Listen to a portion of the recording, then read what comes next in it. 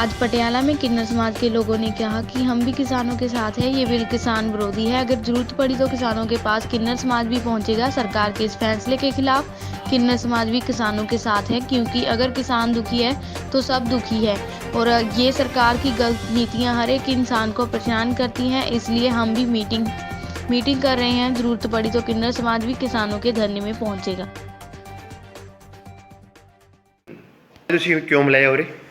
सत श्रीकाल जी, मैं थोड़ी अपनी जसलीन भट्टा जी की पोती चेला, मैं शबनम हाजी की पोती चेला, जट्टा वाले चौंतरे सरहदी बाजार पटियाला।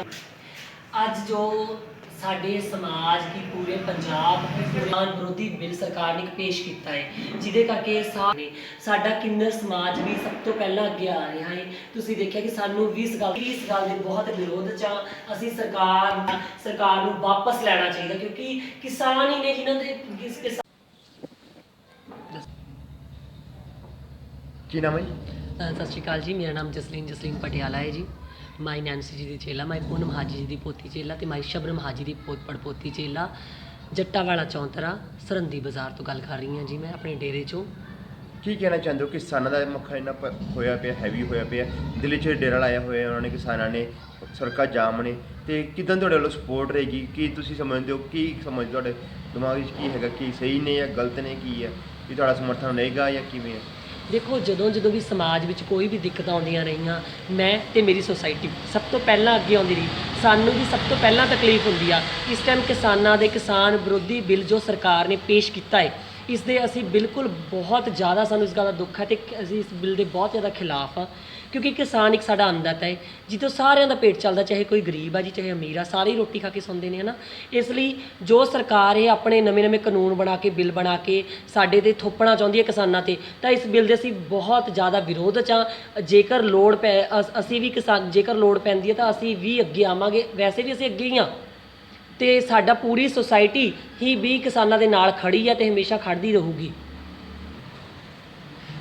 असी साड़ियाँ कुछ अपन परसनल सोसाइटी दी मीटिंग्स चल रही ने, जेकर लोड़ पैंदी आ तां जेकर सरकार ये बिल नूं वापस नहीं लऊगी तो असी भी दिल्ली जावांगे, दिल्ली जाके सरकार दा घराव करांगे। असी भी किसानां दे नाल खड़े हाँ। तां देखो, जिथे तक साडी लोड़ पऊगी असी नाल खड़े हाँ जी। मेरी पूरी सोसाइटी खड़ी है, मेरे गुरसाई खड़े ने, सारे नाल ने। सानू इस गल दा बहुत दुख लग रहा कि सरकार अपने एवें दे कानून क्यों बना रही है, जिहदे नाल सानू खत्म किया जा रहा है। एक देखो, जेकर किसानां नूं तकलीफ आ तां सानू भी असी तो साडी रोजी रोटी तुहाडे घरों चलती है जी। असी तो जे समाज खुश आ तां असी लोग खुश हाँ।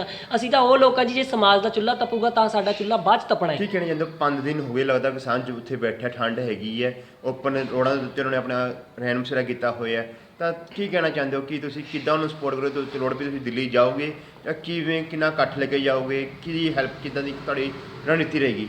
देखो जी, चाहे सोसाइटी साडी बहुत घट गिनती है, ਅਸੀਂ ਬਹੁਤ ਥੋੜੇ ਗਿਣਵੇਂ ਚੁਣਵੇਂ ਜੀ ਲੋਕ ਹਾਂ, ਪਰ ਜਿੰਨੇ ਕੁ ਵੀ ਅਸੀਂ ਹੈਗੇ ਹਾਂ ਜੀ, ਅਸੀਂ ਉਨੇ ਕੁ ਹੀ ਸਰਕਾਰ ਦੇ ਨਾਲ ਖੜੇ ਹਾਂ। ਸਰਕਾਰ ਦੇ ਨਹੀਂ, ਕਿਸਾਨਾਂ ਦੇ ਨਾਲ ਖੜੇ ਹਾਂ। ਸਰਕਾਰ ਦੇ ਅਗੇਂਸਟ ओपोजिट जाके जेकर सरकार ने बिल ना वापस लिया तो असी इसका जम के विरोध करांगे, तो हुण तक विरोध कर रहे हैं। सानू बहुत दुख लग रहा कि हाँ, सरकार एवें दे कानून क्यों बना रही है जिहदे नाल सरासर किसानों को खत्म किया जा रहा है। ਲੋੜ ਪਈ ਤੁਸੀਂ ਦਿੱਲੀ ਵੀ ਜਾਓਗੇ? बिल्कुल जी, बिल्कुल दिल्ली भी जावांगे।